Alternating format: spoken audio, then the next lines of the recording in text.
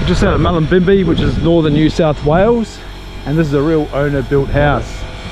We started about 9 months ago, and they're starting to occupy part of the house at the back. So they're going really well. It's we've got a nice combination of different materials on the outside, and the half-round gutters really kind of set it off as well. Got linear board here.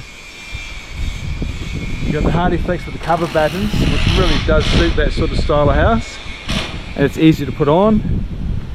And then they're also going to use some PrimeLine.